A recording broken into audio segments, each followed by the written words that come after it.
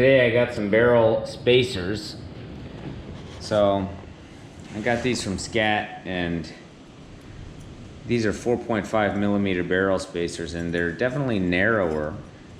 And I already took my 2.9s on each one, and I sanded them down to be perfect for the 1.5 millimeter deck height. So now this is one piece. There's no cutouts for the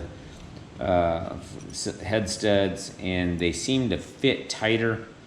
So I'm really just trying to figure out whether I'm going to use these barrel spacers and size them down just a little bit. On two of them I need to take off a 1/4 millimeter, or if I just leave it as is with the slightly wider barrel shims.